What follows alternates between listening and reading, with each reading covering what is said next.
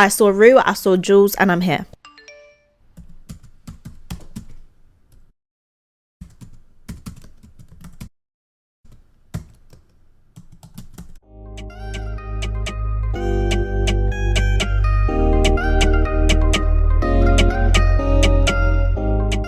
Hi guys, welcome back to my channel. I'm so glad that you're all here. For today's video, we're going to be doing something a little bit different.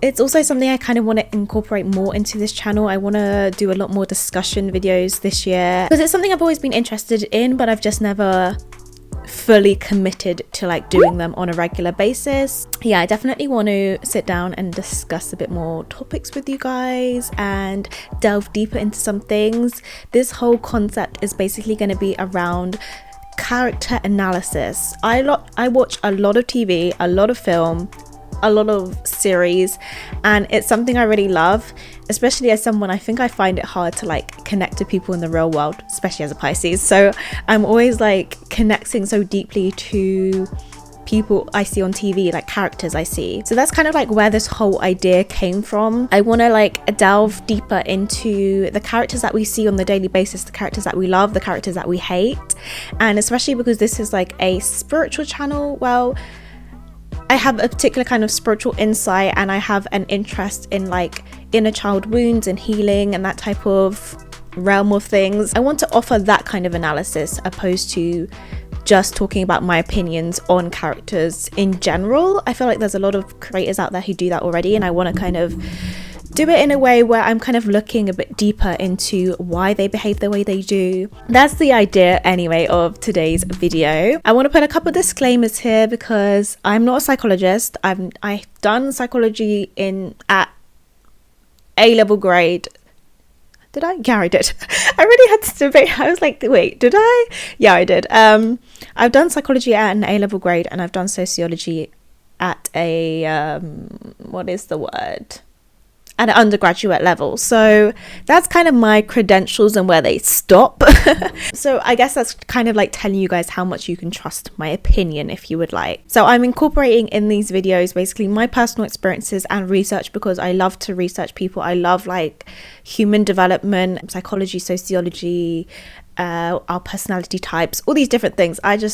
It's my secret joy. Probably not so secret anymore, but it's my joy. I want you guys to remember that we are talking about characters. I know a lot of people can get invested in these things. Let's just bear in mind that these are characters. They're not real people. They're not let me just repeat this. They're not real people, which is why I actually want to do this. So this video does focus on inner child wounds, attachment styles, also the characters in the show we're talking about today, which is Rue and Jules from the series Euphoria. If you haven't watched it, probably not the best to start on this video because there's going to be a lot of spoilers in here, and it also does talk about drugs and addiction as well, so those might be some triggers that you guys might have, and just bear in mind as you either continue with this video or maybe you want to click off of this video. I'm going to separate this into 3 parts. So part number 1 is going to be about Rue and her attachment style.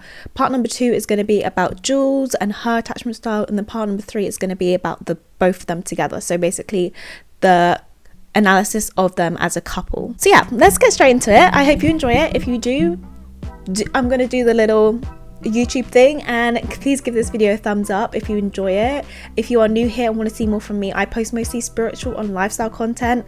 There is no rhyme or reason to this channel.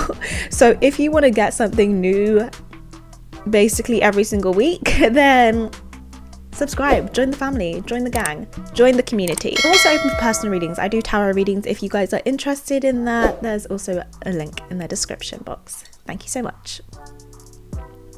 Right, so let's start off right at the basics. I have a Virgo 12th house and technically a Virgo rising in my sidereal. So details, please. Yes, give me all the details. And I feel like to understand this, especially if you have no idea what attachment theory is, you have no idea you're just like, I saw Rue, I saw Jules, and I'm here. So if you're here for that, but you actually want to learn something as well, you actually want to understand this video, basically.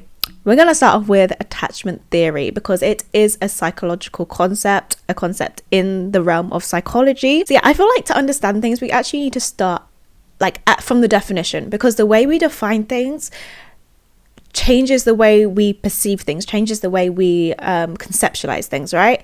So attachment, I got this off Google, but it is an extra part or extension that is or may be attached to something to perform a particular function. When we become attached to something, it becomes like something that it's no longer external from us. It becomes like a need, a necessity. And also we may become attached to perform a particular function. In terms of attachment theory, the function is for safety, belonging, love. I feel like it also is important to understand Maslow's hierarchy of needs. It's basically this pyramid where at each stage, to reach the top of the pyramid is gosh, it would help if I knew how to say it, wouldn't it? At the top of the pyramid is self-actualization. So the desire to become the most that one can be. So we all have this desire to self-actualize, to be our best version of ourselves, as we like to say. At the base of that is physiological needs, then we go to safety needs, love and belonging, then esteem. I feel like it's not as linear as the pyramid maybe suggests. According to Maslow, unless your basic needs are met, you don't want to become the best version of yourself. I feel like we can kind of see this in the character of Rue a bit, where she's got a drug addiction, and obviously I do want to say here that I'm not going to be focusing on like the addiction part of it, because that is kind of like a separate thing. It's not 100% holistic a view of Rue and her condition. So self-actualized people have an acceptance of who they are despite their faults and limitations, and experience to drive to be creative in all aspects of their lives. They share notable characteristics in common, such as the ability to cultivate deep and loving relationships with others. So from that statement, we can kind of probably assume that Rue and Jules are not self-actualized at this point in time. I mean, they are also teenagers, so there is that. When you're in that state of a lack of physiological safety or love and belonging needs, there's almost this desperation within you, like you can't see beyond your own self. And I'll come on to this a bit later on anyway. Attachment theory actually comes from, the attachment theory I'm going to be talking about comes from like Ainsworth, who identified 3 main attachment styles. So she had a secure attachment, insecure avoidant, and insecure ambivalent or resistant. She also, so a fourth attachment style known as disorganized was later identified by Main and Solomon. And Ainsworth concluded that these attachment styles were a result of like early interactions with your mother, she said. But I like to think of it as your primary caregiver, which is typically your mother, just because they do breastfeed you. They are your direct source of meeting your physiological needs when you are born, because you need the nutrition from the milk. So yeah, let's move on to Rue.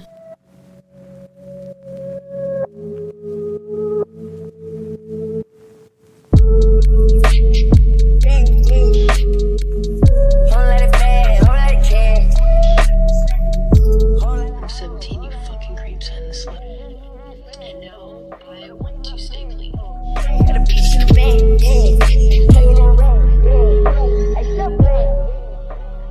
You'll be with me forever.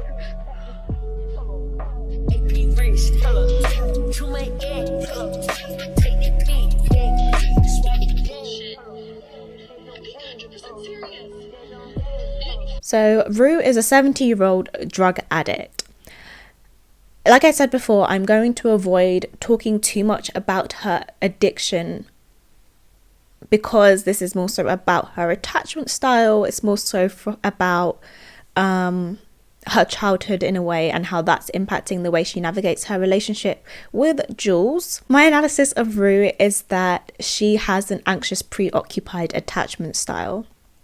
Luckily for us, Euphoria actually provides a lot of a backstory for the audience for each of the characters, which is one of the reasons I wanted to start with these 2 characters first, because there's a lot I could like pick out from their childhood. Like I can say this and this, because they've actually told us it's happened to these characters. One thing also to note about Rue is that early in her childhood, she was diagnosed with OCD, ADD, generalized personality disorder, and I think possibly a bipolar disorder as well. So Rue already has a lot of anxious tendencies about her. She said that this would lead to an inability to concentrate, persistent anxiety attacks, and constant manic and depressive episodes. She describes that feeling she got when she was having a panic attack, and she had liquid Valium, I think it was. I remember that night I was laying between my parents in bed, and all of a sudden I couldn't breathe. It was like there was no more air left in the world, and I was gasping and I was panicking. And they called the ambulance and they thought it was like an allergic reaction or some shit. And then when I got to the hospital, they gave me liquid Valium. Yeah, to calm me down. When it hit me, I thought, this is it. She said, "This is a feeling I've been searching for my entire life, for as long as I could remember. Because suddenly the world went quiet and I felt safe in my own head." And I felt safe in my own head. And as an anxious person, I know exactly what she means by that. Like, when you have anxiety, your brain feels so... It almost feels claustrophobic to be in your body, to be in your brain, because there's just so much going on there. And everything feels so difficult and almost suffocating. And also, I feel like this comes into, as we're saying, her attachment style is also anxious, preoccupied. They get really wrapped up in their partner. When they get that, for anxious preoccupied, that kind of release, the euphoric release, the same as she got from the liquid Valium, is their partner's reassurance, is their partner responding to them, or their primary caregiver responding to them. So I feel like a lot of the times with these inner child wounds, or trauma wounds in general, there is a trigger moment. There's a moment that kind of makes our brain feel like we're not safe, and our brain starts to conceptualize things in a way that is maladaptive for us and others probably. So for these kind of things, attachment styles in particular, I feel like it's best if we look at her past. So despite her multiple mental issues, Rue actually says she had a pretty average childhood without any abuse or neglect, and I think she was using that as a way to be like, I'm not sure why I turned out like this. I had pretty decent parents. I wasn't abused, I wasn't neglected. All she says. From the point where we see Rue's life is where her dad is like going through has cancer, so he's bedridden basically, and he can't really be there for her. I used to take care of my dad after school because my mom had to take a second job to cover the medical bills. A state-issued nurse would come by every day for 2 hours, and she'd legit just play Candy Crush on her phone. But anyway, the point is, he had like a bunch of pills.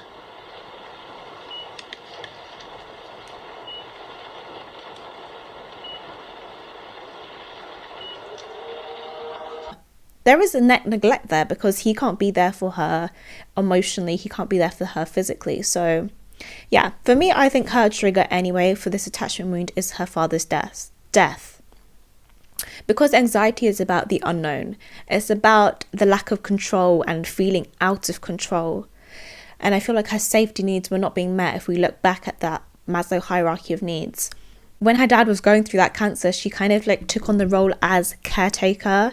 She didn't know, she knew obviously the end of what would happen, which would be death, but you know, there's a lot of, like I said, the anxiety is about the unknown, like what happens after this moment, what happens when he passes, all these different things. So she became wrapped up in kind of like this period of time with her dad, and I feel like whenever she gets re-triggered through her relationship, she gets taken back to that point in her life, in her childhood. You said that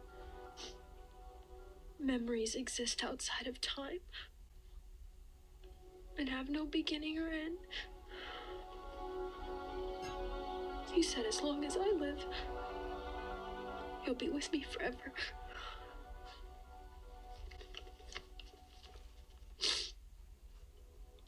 miss you, Dad. I miss you until I close my eyes.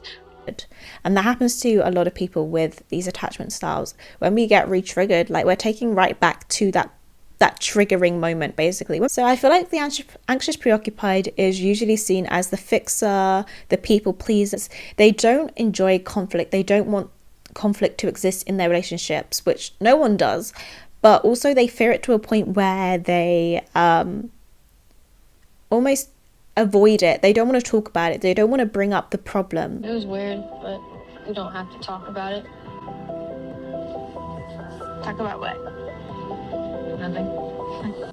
Rue even says, you know when you're with someone and things just aren't right, but you're afraid to ask because the answer might be worse than the feeling right now. I feel like that really just shows the way an anxious preoccupied person's mind works. Like even when things are going wrong in their relationships, in their connections, they don't want to bring up the thing that's going wrong because usually their partner is someone who isn't also securely attached. So the way they react is like another confirmation, like, well, shit, then I shouldn't have brought it up. Like, well, if I'm in the wrong here, I'm sorry, my bad, let me just go back, let me just retract, let me just let's just make things good again, basically. And in that way they're never going to get their needs met. So yeah, this is something a lot of anxious preoccupied people fear. If they speak up, rock the boat, usually their insecure partner will just push them away. It just reaffirms everything that they already think about themselves. The scene in particular where I feel like this really highlights this is where Rue questions Jules. Where? The lake. When? On Saturday after the carnival. Like at night? Of course, yeah. Jules, you don't think that maybe you should, like, meet him at the carnival? Like, in public? I mean, we can't. Like, he's a jock. His mom is super conservative. It's like a tough situation. It doesn't work. Honestly, Jules, I don't really care about the situation because it just doesn't seem safe. Rue basically very valid in her kind of apprehensions about what Jules was about to do. I feel like it's just something standard that friends do, like question, like, does that make sense? Like, you know, think this through. You're gonna go meet a guy you don't know, you've never met him, you ain't FaceTimed him, and you're gonna go meet him in the middle of wherever in the dark. Like, you know, it's not really making sense. Like, what's not clicking, Stephen? A very justifiable moment for Rue to have that kind of anxiety. But then also when Jules, which a lot of friends do, they don't want to hear the critique from their friends, so she got up and walked away. After that, Rue comes to Jules's house and she is basically overwhelmed. You have to understand that I just want you to be safe, okay? I don't want anything bad to happen to you. And, you know, you just can't be mad at me for wanting you to be okay. You can't be anxious, you know?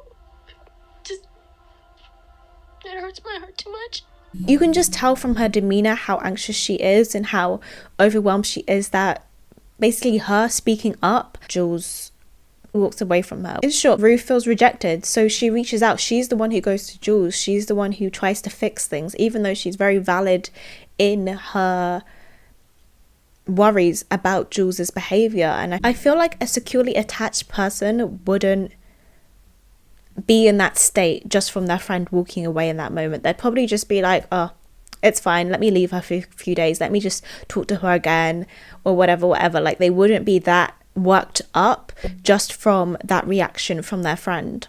And this is the pattern a lot of anxious preoccupied people face.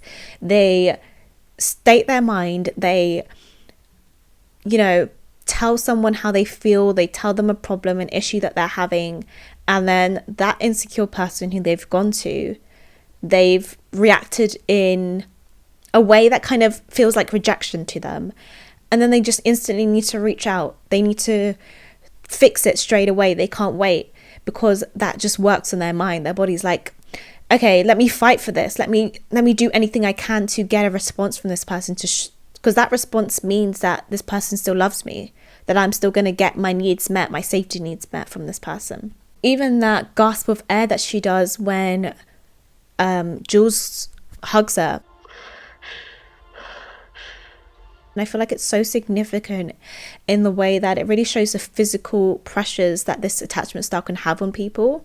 If we remember like the autonomic nervous system and how this response is like an acute stress response where the body is in that fight, flight or freeze mode. And for anxious preoccupied, that is often like a fight mode. Like they want to push forward, they want to make things work, they want to fix things, that fixer mentality. Another thing Rue Bennett does, and the anxious preoccupied person does, is put their partner on a pedestal.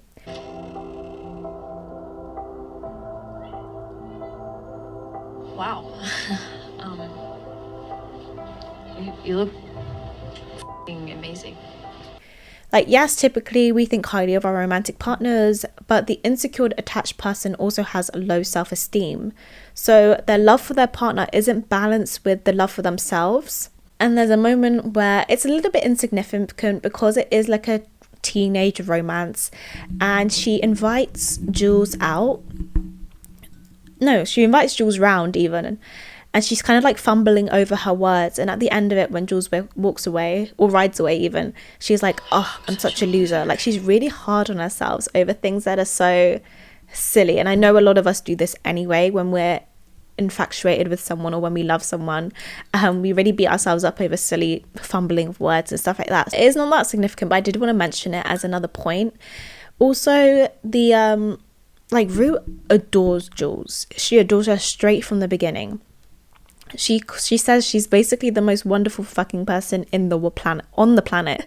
Better than your mom. She's better than your sister. Like, and again, I know that is teenage romance, but I think it just show how much Rue put, and we can see it anyway, how much Rue puts Jules on a pedestal. I think season 2 episode 5 actually highlights, or the aftermath of that actually highlights, the kind of pedestal relationship between the anxious preoccupied and their insecurely attached partner. It all falls off that pedestal in Rue's eyes.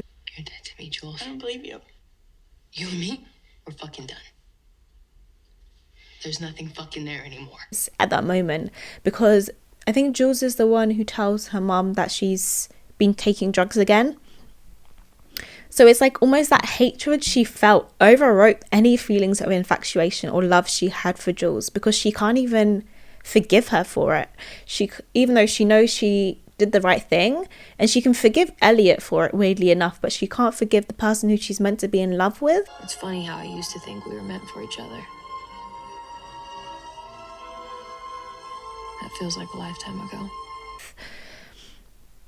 And even she, after that point in time, I think it's after Lexi's play at the end, the last episode, she begins to question whether she ever really loved Jules. Jules was my first love.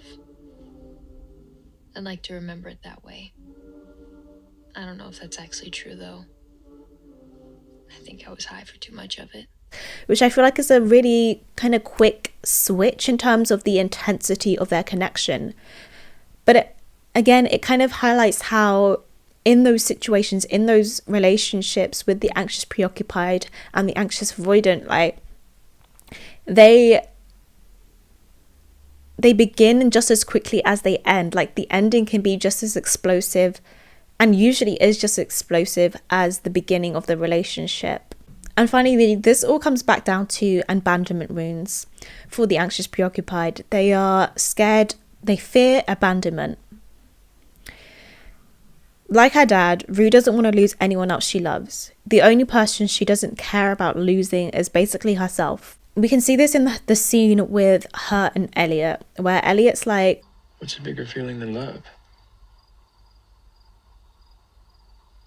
Loss. You think? Yeah, I think so. As soon as she saw Jules, she admits it to herself.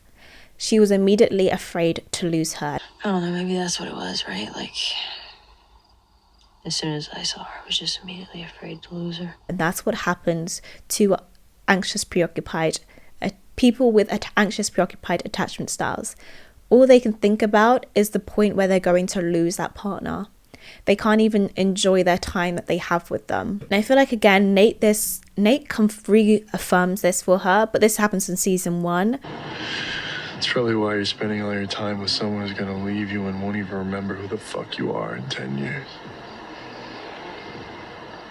What he says to Rue about being forgotten, it confirms her biggest fear, and I think that might be a reason why she impulsively asks Rue to run away with her, which again, she quickly regrets, because I feel like the anxious preoccupied, they don't really think, well, neither attachment style thinks their actions through. The anxious just wants to fix things really quickly. Like, she got triggered, abandonment wound. Oh my god, okay, yeah, he's right. Jules is going to leave me. So let me just try and re-secure this. Let me just try and grab onto this even longer, even harder. So she asks Jules to run away with her. But as it's happening, her anxiety builds. She realized she didn't think this through. She realizes that she hasn't thought about X, Y, and Z. And she starts saying this to Jules as they're walking away. Jules, I don't think this is a good idea. Rue, it was your idea. I know it was my idea, but I don't think it's a good idea anymore, is what I'm trying to tell you. That happens a lot, I think. I feel like in those moments, again, you're just looking to get that safety need met. You're not looking into the long term with these things. Right, so let's move on to my good sis, Jules. I'm just peeping, not the same. Felt your energy, couldn't be too far. Hold up, there you are. 6-inch heels digging in the club floor. Double Hennessy while you crawl on all four. I don't know why Jules didn't trust me, or why she think I'd ever hate her. I was left in the dark in the gray out of bounds. Are you talking to your mama about me? Mind up, I was broken and lost. They would pay for my love. Like, it started with that, and then it was clothes, and then it was makeup, and eventually hormones. It just kind of kept leveling up. I feel like this quote from Jules really encapsulates her attachment style, which I assume is anxious avoidant. She says, I feel like her sobriety is completely dependent on how available I am to her. But first of all, let's look at her background. So Jules is 17 years old as well. She struggles with her gender expression. And when I say gender expression here, I'm not referencing her understanding of who she is as a woman, but we see her come back more with her her expression of her gender, particularly in season 2 with Elliot, where he reveals to us that she has started to wear a binder, which from what I can tell, especially from the images that I saw again of season 1, like she was wearing a bra. She doesn't wear a binder in season 1. So, and she also tells the therapist at some point that she's always tried to conquer femininity, but she feels like it had conquered her. In my head, it's like, if I can conquer men, then I can conquer femininity. We were talking about how I feel like my entire life I've been trying to conquer femininity, and somewhere along the way I feel like femininity conquered me. So I feel like she's still trying to understand what it is to be a woman for her, and that is something that she's dealing with at her age, basically, which I feel like is very common for a lot of us anyway. We're told through the narration that since she was about 7 or 8, she dealt with depression and self-harm, which largely stemmed from her gender dysphoria. Her mother also struggles from alcohol and drug abuse, and at age 11 she took her to a psychiatric hospital against her will, and I feel like that was the most traumatic episode. I don't know why, I felt like that was even more traumatic than a lot of the things that I saw in this series as a whole. But yeah, the way that she is just pleading and begging for her mum to come. Mom! No, no, no, no, no, no, no. And even from depression and self-harm and not knowing how to express those feelings that you feel about yourself and feeling not yourself in your own body and stuff like that, like, and then for your parent just to put you in that situation where they're not even listening to you really, they just kind of hide you away, is like, ow, wound, trauma activated. So at the age of 16, she began, after her kind of I think she started transitioning at about 14, She started taking hormones and stuff like that. So she began exploring her sexuality at the age of 16, and that meant sometimes getting with married men that she met online.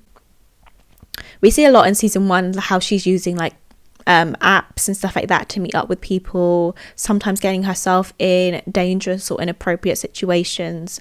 So again, let's look at the trigger for Jules, just as we did with Rue here.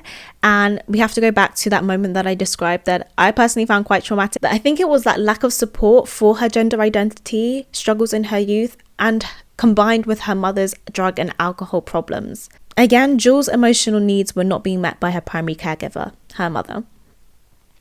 In childhood, the anxious avoidant person is usually punished for showing emotion, and in turn learned how to hide it.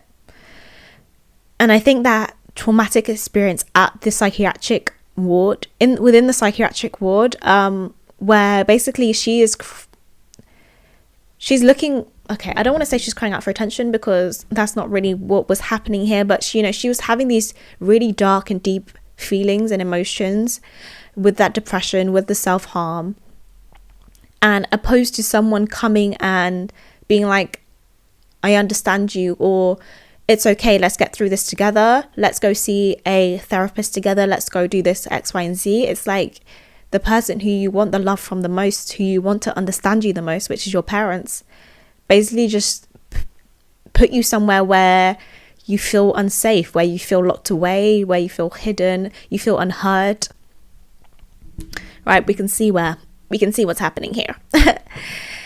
And they also say a lot of the time for anxious avoidant attachment styles, they needed soothing and nobody came. Again, that incident in the psychiatric ward, she literally was screaming out for her mum to come and get her, to stop what was happening here. And she literally just turned her back on her. And I don't think her mum didn't come and get her. Her dad came and got her. So again, that wound was never, like, she could never say that her mum was there for her. And she couldn't be anyway because of her drug and alcohol problems. Again, reiterating that a lot of anxious avoidant people, their caregivers' needs were more important than, they learned that their caregivers' needs were more important than their own, so they ignored their own needs. If your parent has a drug or alcohol addiction, they are going to be very concerned about that. That addiction just takes over their whole life, their whole brain. Like, they care about feeding that addiction because their body needs it, opposed to supporting you, giving you the safety, giving you the support, emotional support, whatever you need as a child. Like, you don't just need somewhere to live and food on the table, like, you need that emotional support as well, which I feel like is where a lot of this has kind of gone wrong for both of these characters, and where a lot of these attachment wounds even come from as well. And we also see that a lot of anxious avoidant people build an egoic defense to hide that inner vulnerability. So just as I did for Rue, I'm going to split up this attachment style for Jules into kind of 3 main categories or subcategories.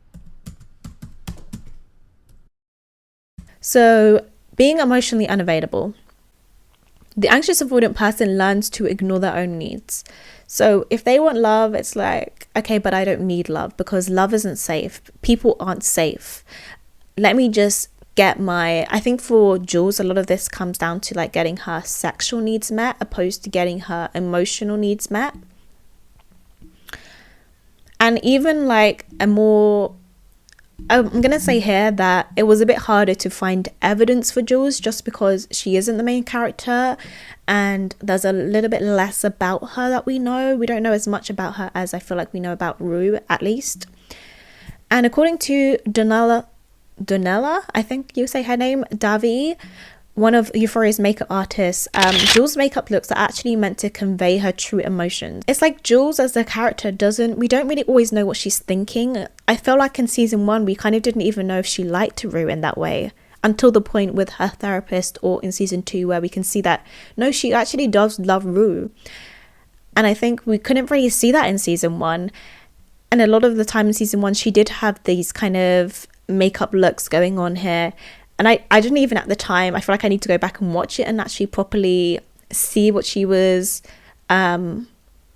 wearing in terms of her makeup and see how that reflected her mood. But again, we don't really know what she's going to do next. Jules is quite unpredictable in some ways. Being emotionally unavailable, she couldn't express this emotion, so it's coming through in her makeup in a way. It's coming through as a creative expression. Jules also says real life is always such a letdown. I personally feel like Jules has like a Pisces sun, moon or Venus, because the way she loves to escape, the way she talks about life in general, and even what she wears as well, is very much giving me Pisces energy. So I don't know, let me know if you agree with that down below. Jules actually explains that it's easier for her to talk to people online than, because she can be more open, honest and vulnerable with them. The anxious avoidant, they want to avoid that. They don't want to have the emotional attachment because that's where they get hurt. I should have known I was setting myself up. Or maybe I did know. Maybe that's like what I'm actually attracted to. Maybe that's like the appeal, the letdown. When you talk to people online, like, again, they can let you down and you don't really form that true attachment to them, which I'm going to come on to explain properly in a bit. But with this whole real life is always such a letdown. A lot of times with Jules, we see her with escapism. She either takes to drugs or alcohol when she's feeling overwhelmed, or she's feeling like she can't understand how she's feeling, or she can't express what she's feeling. Does she normally drink? No. Something's definitely going on.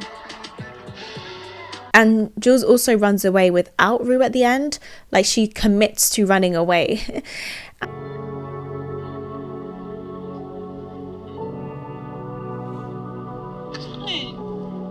I feel like it shows that she finds it hard to confront these difficult situations. Like, she's at a point where Rue's like, I don't want to go. And she can't stay there and be like, okay, let's just talk this out. Let's just figure out what we're doing then. Because at this point, they're not really together. I feel like they haven't really, or Jules hasn't really said to Rue, like, I like you, basically. She hasn't admitted her feelings to Rue. And I feel like rather than delving into that deeper with her, she just runs away, which is the avoidant part of the anxious avoidant. So I ran. And I left someone like I really love behind. Sorry. I don't know why I'm crying. Because it hurts. I do think as well, as an audience, we don't give Jules as much of the same grace that we give Rue. I just want to put that out there. I feel like we don't really give any of the characters the same grace that we give Rue, because Rue fucks up a lot. And I don't know whether it's because she's narrating it and then she's kind of telling us like, yeah, I fucked up there, or she kind of has this almost self-awareness that we can hear through the narration. But I feel like we don't really give, even with this new season 2, which I would love to talk about Cassie in one of these things. So yeah, definitely let me know if you guys want me to talk about any other characters, if you enjoy this video, if you enjoy me looking at analysis from this point of view, and you want me to talk about any characters that you love. But yeah, I would love to do one on Cassie, because I feel like as well she didn't get the same grace that we gave Rue or any of the characters as well. And she's struggling. That girl is struggling. But anyway, let's go on to the typical tendency of anxious avoidance to have an egoic defense. I feel like this is mostly seen in the scene where Jules pulls out a knife on Nate when he's harassing her at the party. This is like her first entrance into the show as a whole, and she goes and she cuts herself. Oh, shit. You not fucking hurt me! Oh, fucking kidding. What the fuck up? What the fuck is your problem? Put the fucking knife down, okay? I feel like this was a public display, like, no one can hurt me. No one can hurt me. Only I can hurt me. It's like this almost bravado of, and a wall coming up here where, like, I'm stronger than you, you know? Like, you can't get to me. Which I feel like, compared to the anxious avoidant, compared to the anxious preoccupied, the anxious avoidant is trying to avoid getting close to people, avoid getting hurt, which the same as the preoccupied, but preoccupied wants to get closer to you to avoid getting hurt. The anxious avoidant wants to push everyone away to avoid getting hurt. She even says, like, you want to fucking hurt me? You have no fucking idea. See, I'm fucking invincible. She's like, nobody can hurt me but me, bitch. And I feel like that, doing it in such a public way at this party was like a point where she didn't even think it through. Like, girl, you got a big gash on your arm now. She just wanted everyone to know where she stood. She didn't want to become across as dependent. That's the word I'm looking for. She didn't want to come across as dependent on anything. Like, she could stand up for herself. She didn't need anyone or anything. She also has this kind of skepticism about people in general.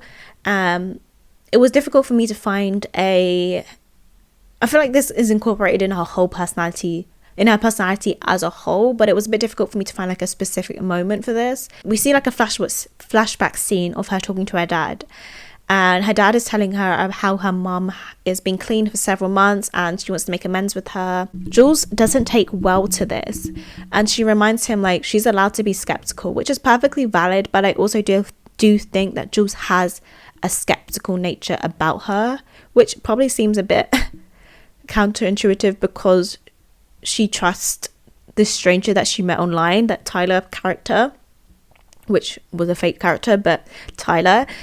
But I think, again, she likes to live in that fantasy world. Because it wasn't real, she didn't know who this person was. She wanted to believe. The belief was enough to sustain her. To destroy a belief is kind of less harmful than to destroy a reality.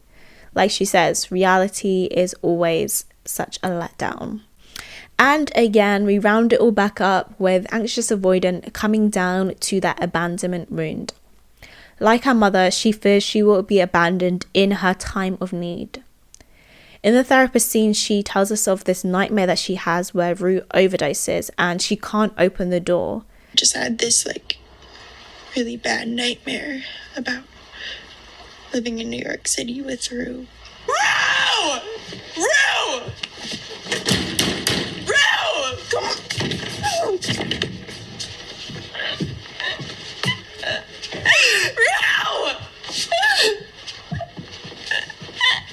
Rue! Open the... I feel like there's a lot of different meanings we could say for this dream, that nightmare that she had, but one that I see is almost like this subconscious of, I can't get close to people because when I do, something bad happens. I can't get close to people, like not physically being able to open the door in the dream. It's almost like that metaphysical can't get close to people, right? That avoidance within her, the struggle to really let someone in because of that fear of loss on the other side of it. On the other side of this door, this wall that I built for myself is loss, is Rue dying, is Rue overdosing. And opposed to, I guess, committing to people and possibly maybe experiencing this loss and dealing with it. We have her instead going into superficial relationships. Like I said, she falls in love with Nate's persona, Tyler, online, and she still has affection towards him even when his identity is revealed. And we know what a shitbag Nate is, and she knows what a shitbag Nate is. But she still kind of has this almost affection towards him. This person will never give you what you want. This person will never give you love. Nate will never give her love, right? Because first of all, he's kind of like got internalized homophobia as well. But so Nate will never give her love, and subconsciously she knows that. So by pining after this Tyler character, this Nate person, these people who don't see her as much as she says Rue sees her. She says to herself, Rue sees me. I feel like Rue was the first girl that didn't just look at me. Like, she actually saw me. The me that's underneath a million layers of not me. The way no one else does, I guess, in a way. And even with that, it's like yeah, Rue sees me and that's scary. These people can't see me and that keeps me safe. These people will never love me and that keeps me safe. So I can pour into them and know that I'm never really going to have to commit to them. I'm never really going to have to solidify anything with these people. I'm never really going to have to love them. Let's move on to part 3. Why the anxious avoidant relationship will never work. The RUE-JULES dynamic, or as our spiritualists who know about the twin flame journey, the runner chaser dynamic.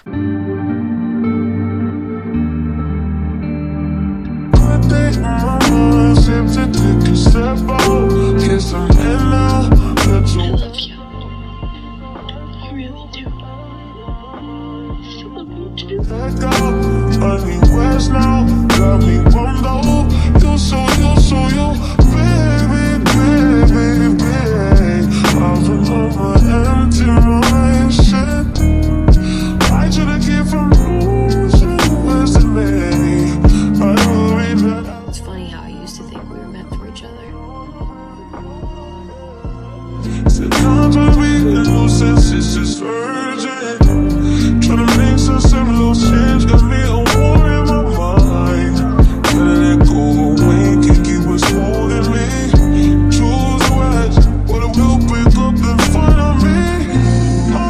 First of all, their coping mechanisms misalign. Where the anxious avoidant wants to run away from issues, the anxious preoccupied wants to put more effort into things, wants to get themselves closer to that person. The anxious avoidant wants to get away from that person. So their coping mechanisms misalign. They will never be able to... First of all, I don't want to say never work, because I mean, if you get counseling, if yada yada yada happens, but I feel like it's very, very hard to make these connections work when both of you have this insecure attachment style. We even see in an episode where I think it's the Halloween episode, and Jules is in the pool. She's drunk. I can't remember why exactly she was drunk, but I think she was basically like using the alcohol as a way of coping with something that she was feeling. And she recited a quote from Juliet. She says, "I have no joy of this contract tonight. It is too rash, too unadvised, too sudden, too like the lightning which doth cease to be." I feel like that just explains the way a lot of anxious avoidant people feel in connections where they actually do love that person. Too rash, too unadvised, too sudden. They like to take things slowly. They like to commit slowly when it's someone that they like. Someone who they know. For example, with Tyler, subconsciously she knew that relationship was never going to work. Let's be real. So she could be quick. She could throw herself into it because it's subconsciously she knew it wasn't going to work. Like, I know I'm not going to get my feelings hurt at the end because I don't love this person. Whereas when you really love someone, you want to make sure that it lasts in a way. You're almost afraid to take that step. But the thing is, the anxious preoccupied Rue, she wants that security. She wants that commitment. She wants that reassurance, which the anxious avoidant Jules will always struggle to provide. Rue even considers in that moment if her drug sponsor, Ali, is actually right about her relationship, because she says, this doesn't feel good. And maybe Ali was right about Jules. Because this doesn't feel good. That push and pull that she's been experiencing with Jules throughout this season 1, and again season 2, but in season 1, it doesn't feel good. It feels like you're in this state of constant stress and anxiety, because your body is literally having that physiological response, trying to keep yourself safe, trying to keep yourself afloat. And another thing as well is like Rue's dream of them sharing an apartment in New York. We see that it's actually Jules's nightmare to be in that situation. So again, it's like, while Rue craves that closeness, Jules fears that closeness. She fears getting closer to Rue. Rue seems really good. It's because of you, you know.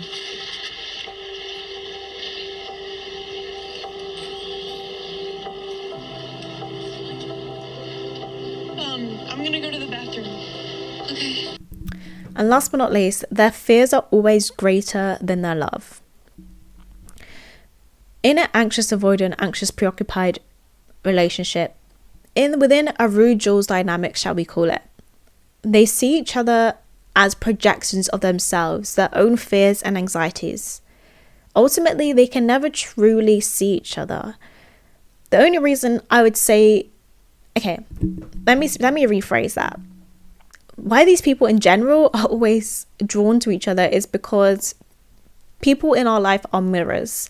They're mirroring to us what we need to heal. They're mirroring to us what feels comfortable. Those relationships that we had with our primary caregivers, we are reacting them out as we get older in our intimate partnerships, so long as we don't heal those wounds. So it's almost like, yes, this person sees me, but actually you're just seeing yourself in them. You're seeing everything that you're subconscious, you're seeing everything that scares you about yourself. So you feel so comfortable with that person because you're seeing yourself in them. They feel so comfortable with you because they're seeing themselves in you. So because they're only seeing projections of themselves, they're not actually seeing that person for who they are. Like, Jules can't actually see Rue, and Rue can't actually see Jules for who they are individually. When we have these insecure attachment styles, it's like we're getting caught up in ourselves. We can only focus on ourselves because that's who we're trying to protect. We can't love that other person because we're trying to protect and love ourselves. We're trying to keep ourselves safe. We're trying to receive that love, so we can't really give it in the way that it needs to be, in a healthy way, in a balanced way. Again, we can come back to that scene with Elliot where he asks Rue what's a bigger feeling than love, and she says loss. For both of them, the feeling of loss that they felt from loss of their childhood, from loss of their parents, from these traumatic incidences in their childhood, that feeling has stuck with them to a point where love is tied with what they think is love is tied within that. The idea of loss is bigger, is more scary than receiving that unconditional love. So they'll never really be able to receive that from each other. We might want to pick sides here. We might say, Rue was really justified in that thing that she did. Jules was really justified in that thing that she did. And yeah, I mean, there's some points they're not always just acting out from those wounds, and they might have justifiable things that they've done. For example, Rue being concerned about Jules' relationship with Tyler, this person who she doesn't know, even though there was a bit of jealousy there. But again, see, there's different motives, there's different intentions behind these anxieties and fears that they have been expressed. And it's typically at the point where the relationship gets into conflict that these attachment styles are really revealed to us, to them, to each other. They really see how unhealthy this is. At the beginning, it's all fun and games. The emotions are high, like, yes, I love this person, I have great feelings for them. But then that conflict hits, and when you're in like a healthy relationship, you can notice it, because in those conflicts it's like, wow, they really just got resolved like that. Whereas I feel like in insecure relationships, that conflict gets dragged out, gets amplified even more than what it needed to be initially. And even if the world doesn't see particularly like these attachment styles, like maybe your friends or family or whoever can't see that Rue is anxiously preoccupied, or they can't see that Jules is anxiously avoidant, but their bodies will tell them that. The physicality that constant stress has on them has a negative effects. And it also made me question whether that's why Rue ends up taking so many more drugs than she even did in season 1. When she gets with Jules, she like increases the number of drugs she starts taking. She starts going overboard almost. And the way that she describes how she already feels anxiety anyway, and she wants to kind of suppress that feeling. She wants to feel that euphoric release. She wants to be calm basically. And I feel like her relationship with Jules, without knowing, it is constantly triggering that stress response within her. So as her stress is increasing, she's taking more drugs to suppress that. I don't know, I just kind of put that together. Let me know what you think about that. That's just my theory on that matter there. Maybe that could have been like one additional trigger to her like crazy increase in drug taking. If we look at it from Jules' point of view, where when I'm saying they can't see each other, they can just see projections of themselves. Jules kind of comes to see that I feel like Jules feels unseen by Rue in season 2. She can't feel her love because she's just feeling her fear, her own fear. She can't feel Rue's love because she's feeling her own fear, right? It's overpowering. She's feeling, like Rue says, the big loss is a bigger feeling than love. So all she's afraid to do is lose Rue, so she can't feel Rue's love for her. So again, that pattern starts again, where she starts having an inappropriate relationship with Elliot. She starts kissing him, doing things with him where she knows that they're all meant to be friends. And again, we see Jules start to sabotage her own relationship in a response to feeling unsafe and unloved in her relationship with Rue.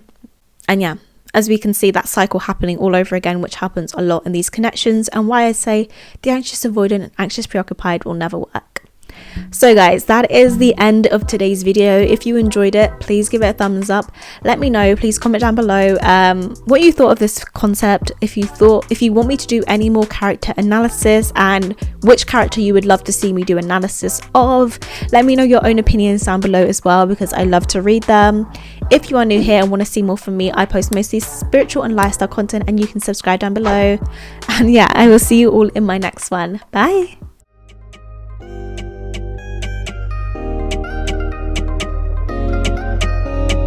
Niggas been counting me out. I'm counting my bullets, I'm loading my clips.